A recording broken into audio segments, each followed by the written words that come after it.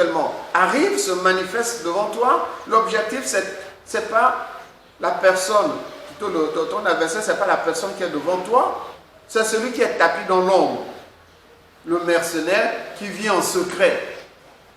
Il utilise un être vivant, un être humain, comme par avant, mais lui-même est tapis derrière. Et il guette. Il accueille, oui, allez-y, hop. Voilà donc c'est ça que vous devez maintenant apprendre à discerner. Donc on a lu dans 2 Pierre chapitre 1 verset 5 à 7. Mais tu as maintenant la science.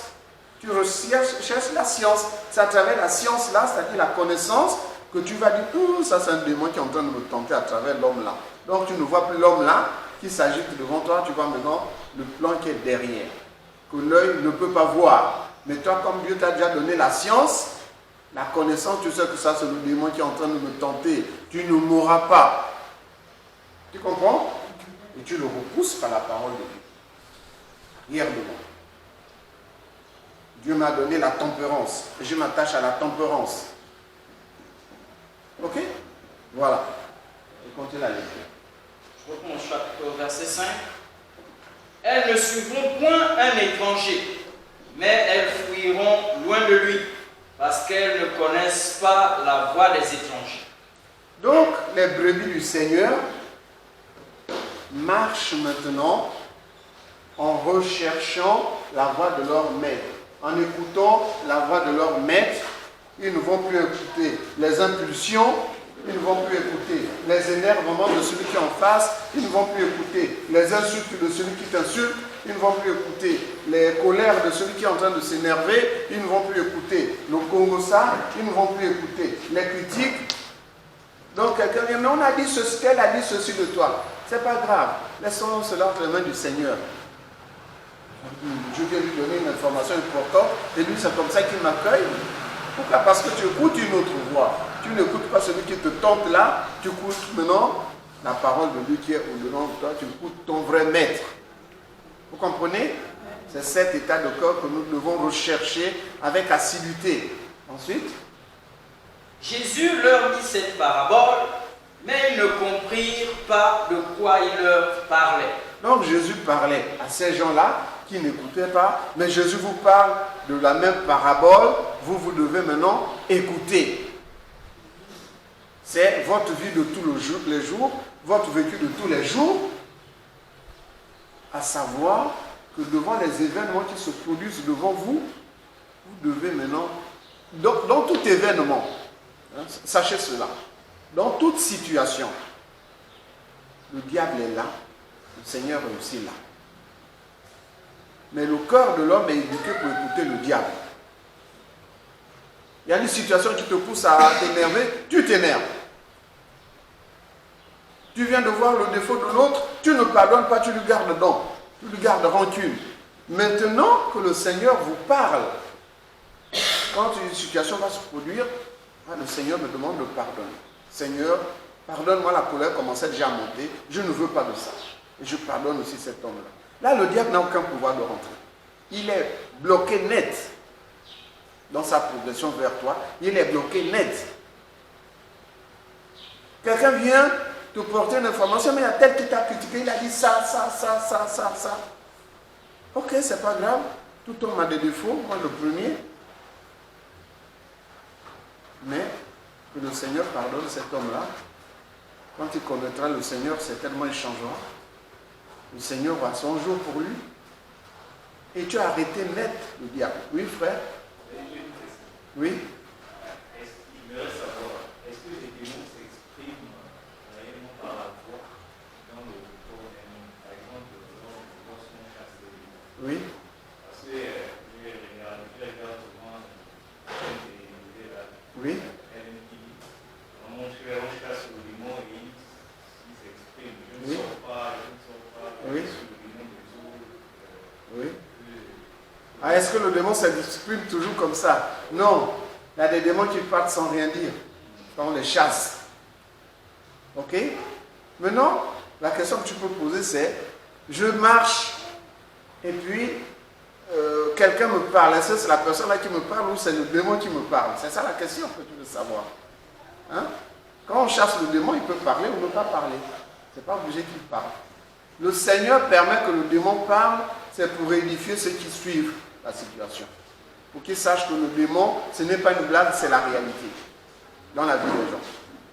Maintenant, dans la vie de tous les jours, le démon n'a pas besoin, entre guillemets, de parler comme il a parlé dans la personne dans laquelle il a été chassé.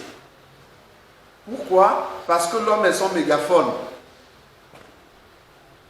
C'est lui qui met les pensées dans le cœur de l'homme. C'est lui qui programme les comportements. L'homme parle à sa place. C'est tout. Il peut arriver des cas où le démon parle, mais il faut avoir beaucoup de discernement. Mais ce qui est certain, c'est que le démon suscite les paroles. Arrière de moi, Satan. Tes pensées sont des pensées d'homme. Entre les pensées des démons et celles de l'homme, il n'y a pas de différence. C'est pourquoi l'homme se reconnaît dans ce qu'il dit et dans ce qu'il fait. Il ne réalise pas que c'est le démon qui l'a manipulé. Est-ce que tu comprends? Là, c'est une première chose. La deuxième chose, tu dois savoir, si tu n'as pas la certitude que cette personne est délivrée, les démons ne manquent pas dans son environnement. Ce que tu dois aussi savoir, c'est que le démon va presque toujours, le plus clair du temps, te tenter à travers d'autres personnes qu'il manipule librement. Maintenant, si tu connais la parole de Dieu que tu es en train d'entendre, cette parole t'a enseigné les ruses du diable, à déceler les ruses du diable, tu dois maintenant, comment dire, prévenir cela. Tu dois être maintenant avisé et ne plus tomber dans le piège. Hein, je vous ai toujours dit ce témoignage, il y en a plein d'autres, mais celui-là était le plus spectaculaire. Hein, je vous avais dit, j'étais dans un bureau vers 7h45, 8h, et je trouve quelqu'un qui est déjà assis dans le même bureau, et je m'assois sur mon ordinateur, je tape, et il commence à me pousser à critiquer le directeur de l'informatique de cette société et le directeur général de cette société. Je dis, oh, ça c'est un démon. Très tôt le matin, comme ça, on va déjà dans un Congo ça violent comme ça, non, là c'est pas bon. Et il a poussé à me faire critiquer. Il m'a poussé dans la critique, moi aussi j'ai refusé. Il a dit, puisque tu me tentes, moi aussi je vais t'attaquer. Et j'ai attaqué. Pas l'homme là, le démon qui le manipulait. Donc j'ai commencé à exercer l'autorité de Christ et la personne a commencé à transpirer, et comme les yeux ont commencé à rougir, d'avoir commencé à s'éteindre. Et puis j'ai arrêté. Et lui, il a repris son souffle, il est revenu à la charge. J'ai dit, ah bon, donc tu t'entêtes. Bon, d'accord, on va régler ça. Donc, mais je priais dans mon cœur, bien sûr. Je lui parlais comme je vous parle, mais dans le cœur, c'était la guerre. Donc, je me suis mis à nouveau à exercer l'autorité de Christ. Il a encore transpiré, bégayé, les yeux ont rougi, et il a commencé à s'écrouler sur la table. Je dis, ah, mais le démon là, je vais maintenant le chasser. Les gens vont me trouver en train de chasser un démon dans un bureau. J'ai dit, bon Seigneur, je crois que c'est bon pour aujourd'hui. C'est histoire vraie, hein. Et quand il a repris ses esprits, il a pris son sac et ses bagages. Il a dit, monsieur le conseiller, je suis parti. Et il est retourné à la maison. Il était à peu près 8h30. Sa journée était finie. En fait, le démon a dit, non, là c'est pas bon, il vaut mieux que je reparte avec mon esclave. Là j'ai beaucoup souffert, mais le gars a dû subir les choses de la part de ce démon. Voilà. Mais il me parlait, comme on parle d'habitude. Donc ça c'est maintenant le discernement que vous devez avoir. Là c'est le démon qui est en train de me tenter. Et que me dit la parole de Dieu? Mon maître, mon berger me dit ceci. Et tu te souviens de la parole de Dieu?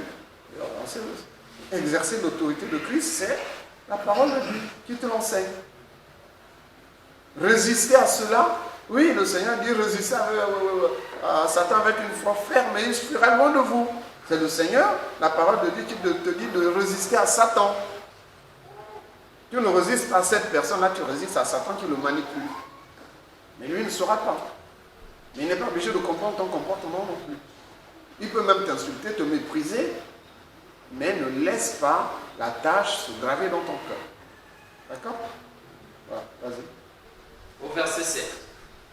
Jésus leur dit encore, en vérité,